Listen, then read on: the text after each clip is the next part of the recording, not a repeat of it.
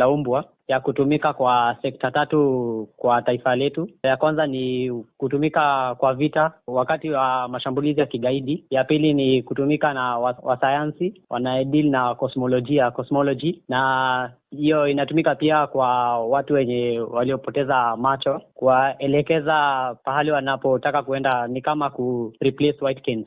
Sasa nimetumia hiyo, nimeunda roboti yangu kwa muda mwaka wa 5, na nimeunda prototypes mingi kidogo, kama 5 hivi.